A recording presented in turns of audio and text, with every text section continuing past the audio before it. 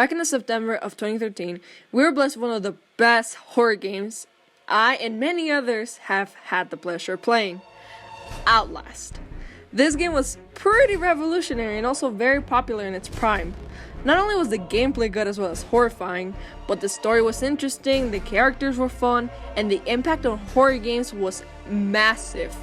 I remember when I played it, I think I was about 13, and despite the fact that it took me so long to have enough balls to get past some levels, I became so invested in the story of this game and its community, much like I do whenever I get super into certain anything.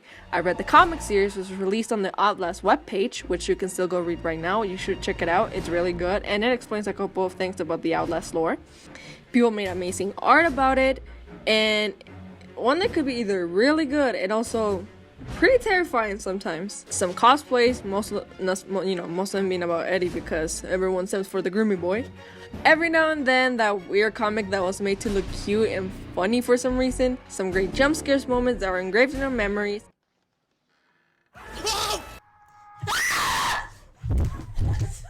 Guys. No!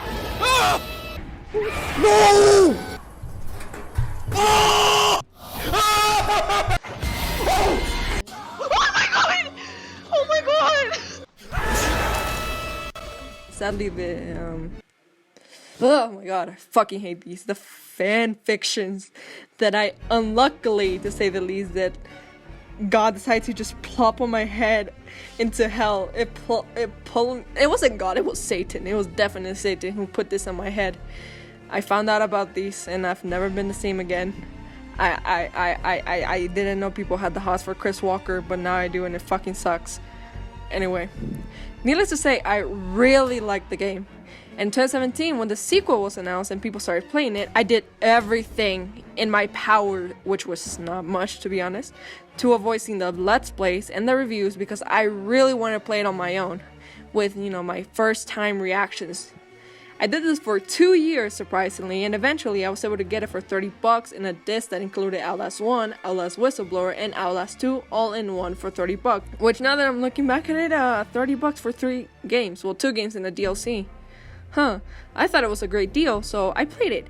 And then when I moved, my dad threw away the game with a bunch of other shit left behind, and I never got to finish it. But then a couple of months ago, I bought the game again for $17. I thought that was weird, but I guess after 3 years, a $60 game can go down to $17, so whatever. I played it and I have very mixed thoughts about it. Let me stop my pandering and let's get to the video. Outlast 2, the beautiful yet inferior sequel.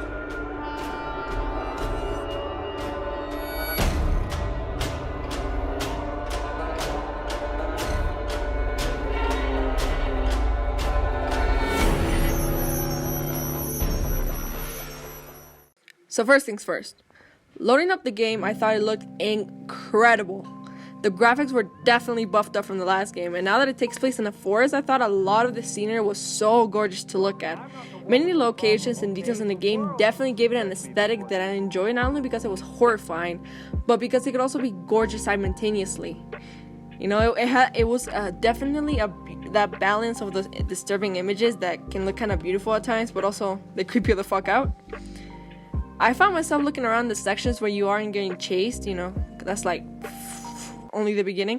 Looking at the scenes around me, the moonlight and the rundown abandoned ghost town feel was everything to me.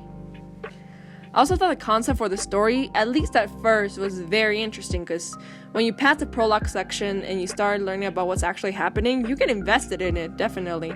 The different groups of people that live in this forest, the crazy religious ones on the top, and then the weird stick and stones crazies from the bottom.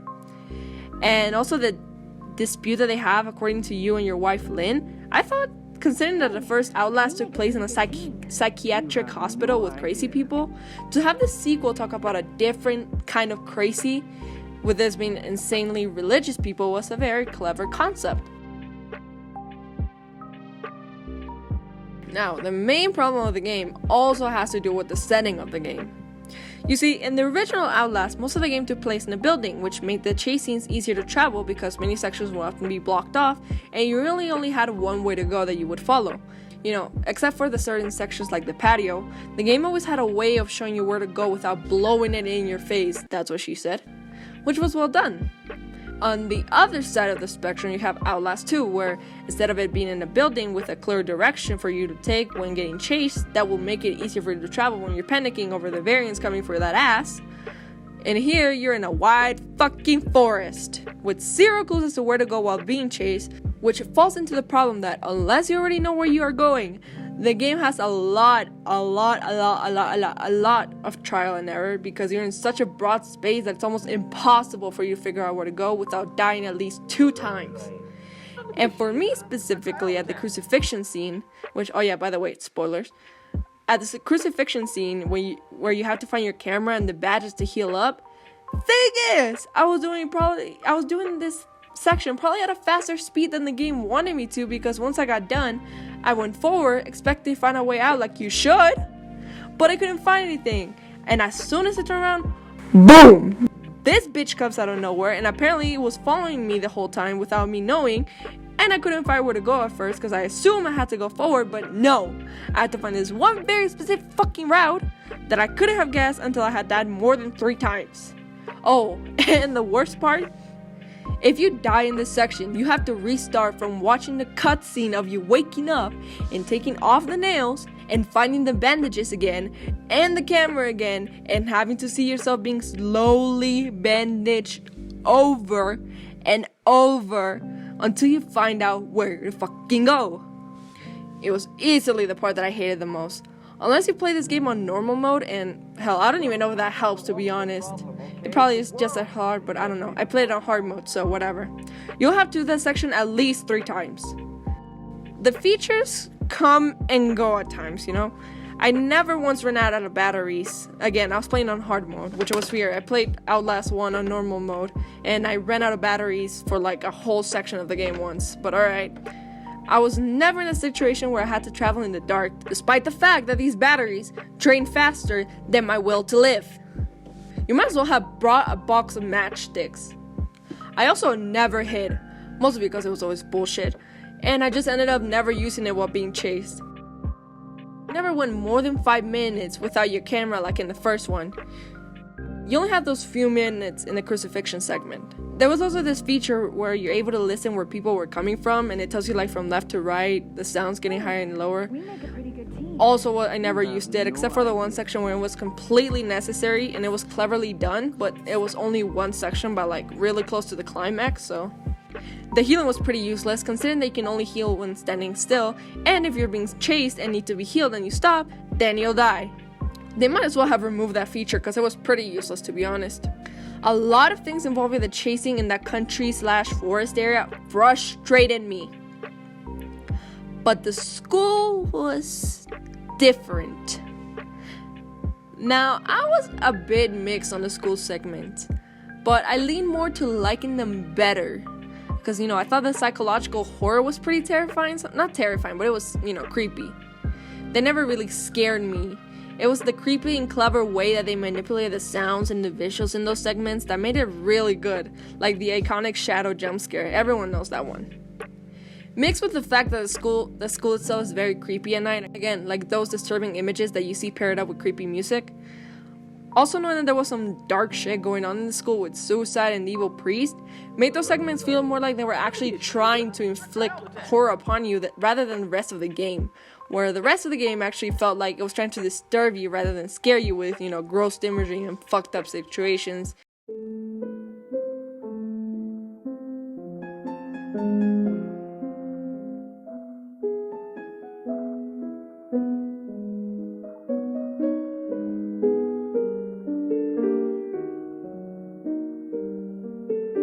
And also frustrate you with the chasing segments.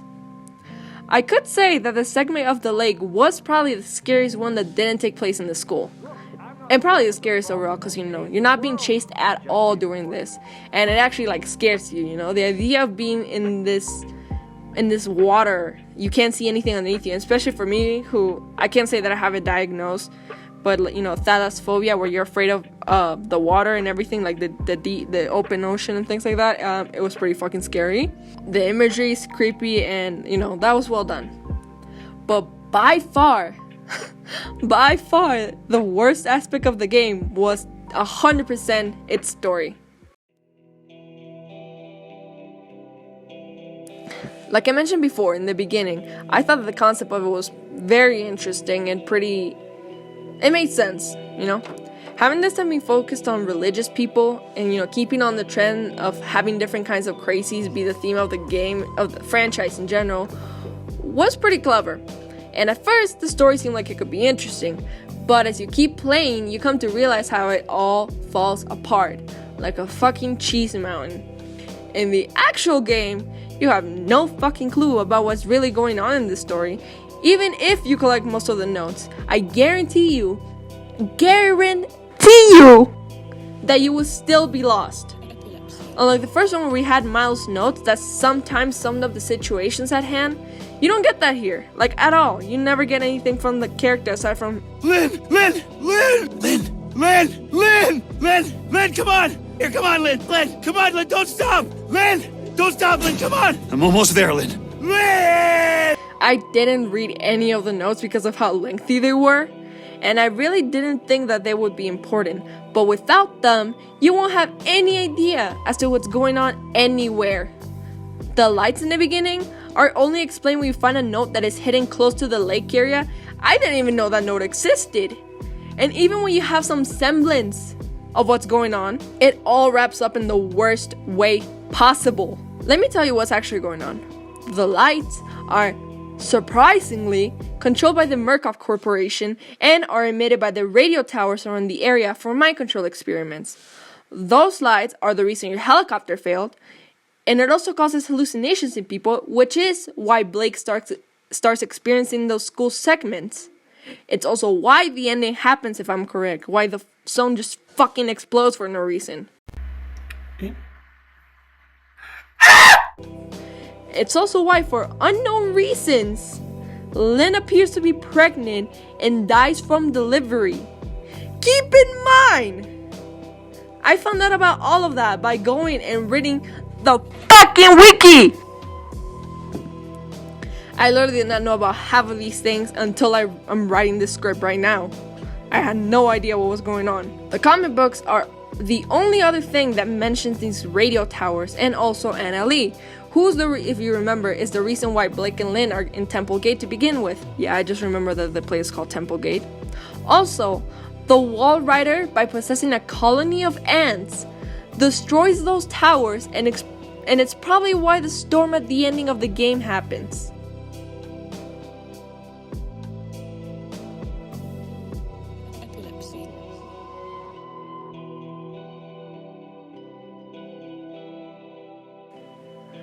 Meaning that if you don't read most of the notes, plus the hidden one that gives the most information, and you don't read the comics, you have absolutely no idea of what's truly going on. Don't you guys remember this? I remember someone clearly saying, if you need an outside source to understand the story, your story sucks. But maybe this doesn't apply 100% here, so don't get mad at me. Also, the ending. What was that fucking ending? That was one of the worst things I've seen since Blair Witch, where the sun just blows up for no reason and Knopf becomes the biggest disappointment character-wise. It's supposed to be that Blake has been consumed by these hallucinations caused by the radio towers, but not only is that not confirmed, but again, unless you know about it by research, it's so open-ended that it makes absolutely no sense. The thing about Jessica and Blake and how she committed suicide was also not, it was so predictable. Oh, a horror game that includes a little girl committing suicide in a Catholic school and the voices of a priest haunt our characters' nightmares? Oh man, I wonder what possibly happened! I remember when I was in England, we were preparing some young English boys. They're from very... preparing them for Come on. Thank you. Preparing them for First Communion.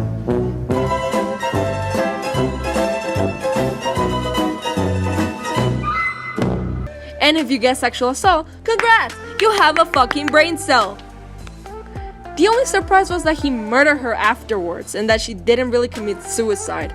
Honestly, I was hoping that the writers weren't gonna do something so obvious. You know, I thought maybe Blake had killed her or he had done something to cause her suicide, but no. Sexual assaulting priest was what they went for.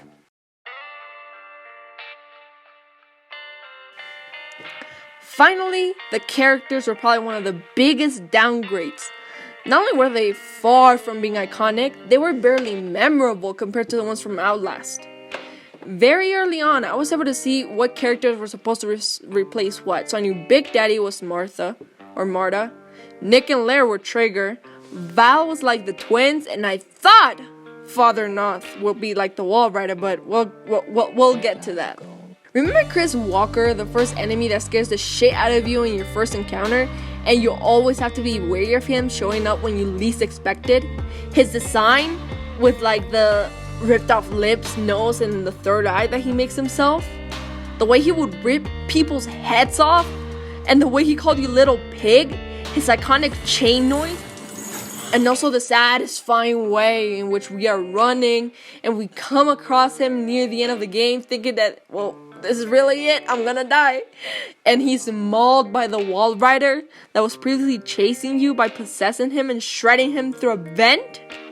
Well, now you have Miss Saggy Tits, who has a pick for a weapon. Nothing that made me terrified of her. Well, to be honest, I did get scared when she just started coming at me out of nowhere in the fog. That was kind of scary for me and I started freaking out, but I didn't scream. Just saying, I'm not a little bitch, alright?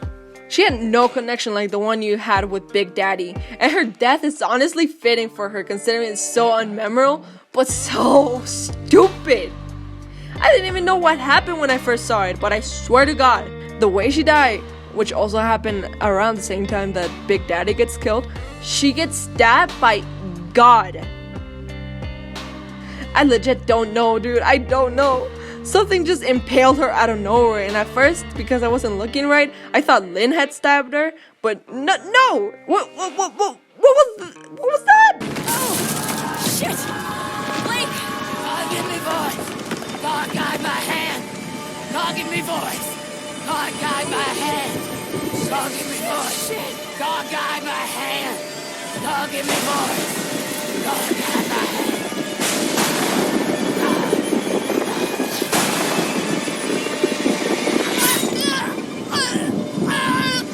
Lair and Nick were definitely the best ones, because, you know, they were pretty funny, much like Traeger.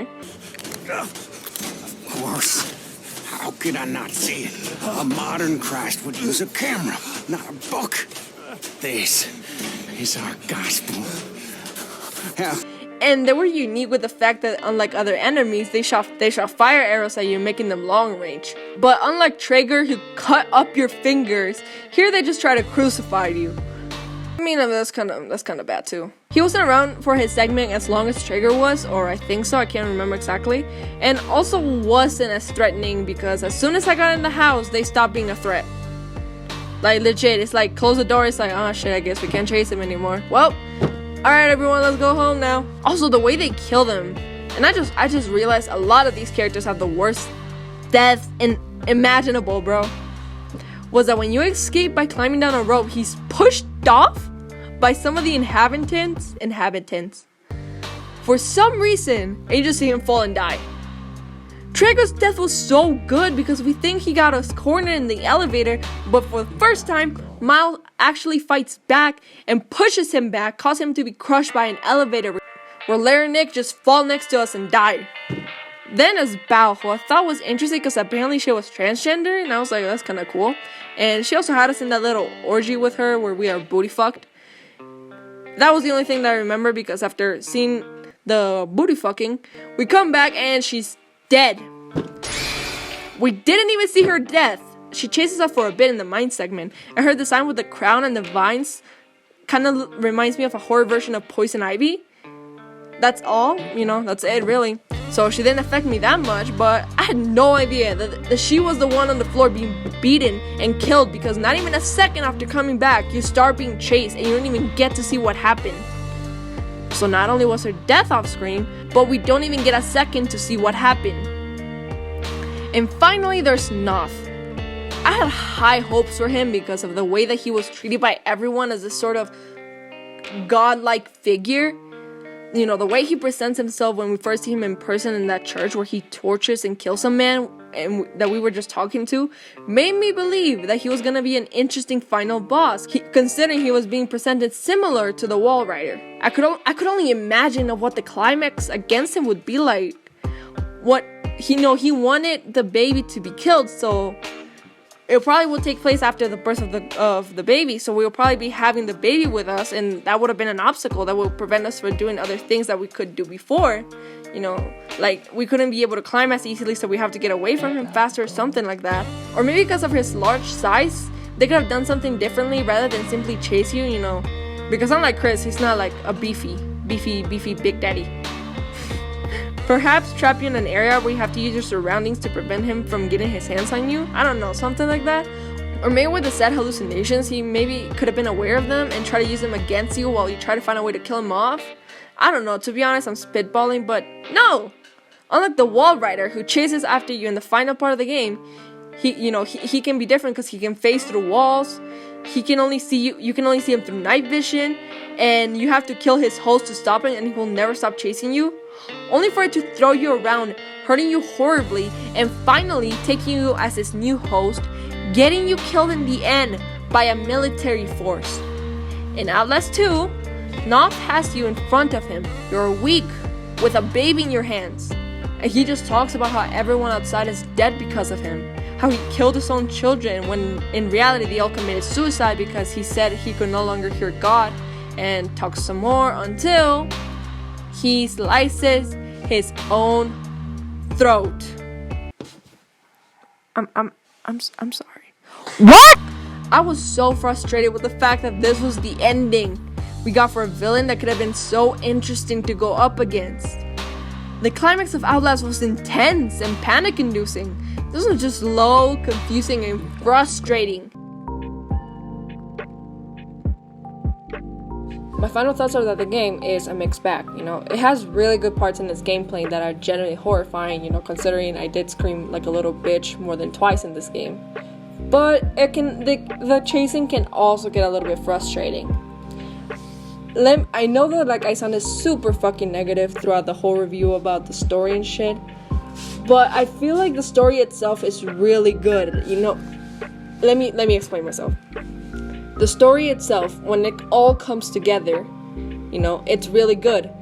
But the thing is, maybe I'm wrong, but I feel like the way that they deliver the story in Outlast 2 made it more confusing, and that's probably why I got so much angrier in the review. Because by the way, this is like I'm recording this while I'm editing because I didn't like how negative my final thoughts were. Because I like the game, don't get me wrong, I did. But I did feel like afterwards it felt more empty. Like I don't think I would replay this game, to be honest. Even though I have replayed the entirety of Outlast 1, I don't think I would do the same for this one. So let me put this straight, right? Again, the story in itself is actually really good.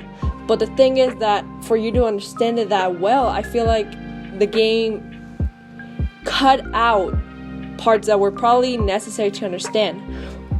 Or maybe that was the purpose. Maybe they did this on purpose. I don't know, maybe they wanted people to read the comics more.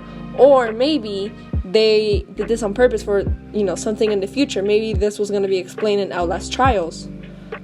And maybe that's actually a smart move, but I really can't say, because overall what I got so far, not thinking about the future, but what I got so far, I feel like the game was a really confusing mess, you know?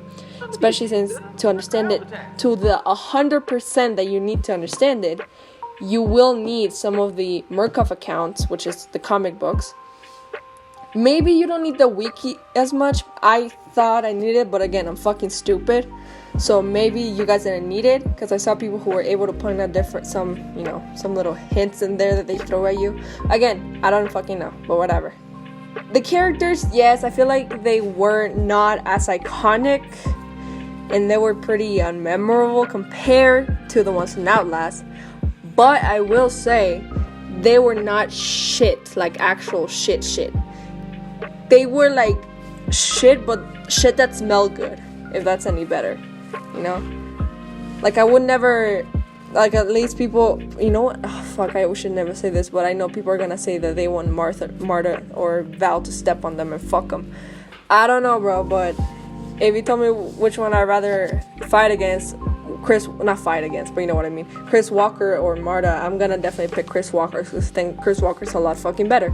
But you know what I mean, alright? So yeah, it's not a bad game, especially if you're a fan of horror games. And especially if you're a fan of Outlast, then you're gonna enjoy the game regardless. If not, make it a little bit more frustrating than the first one. So I suggested the way that you play this is that you play the original Outlast if you haven't for some fucking reason, and you should be dead if you haven't. I'm kidding. So play the first one, and then play the DLC, which is really fucking good, okay? And it has the groomy boy that everyone fucking sims for, so you know it gotta be good in some way. And then play this game, especially right now that it's on sale for $17, alright? You know, Outlast is one of my favorite horror games of all time. And I feel like it would be kind of, not insulting, but I can say this with 100% butt-clenching ass fucking accuracy. I feel like this game was a beautiful yet inferior sequel.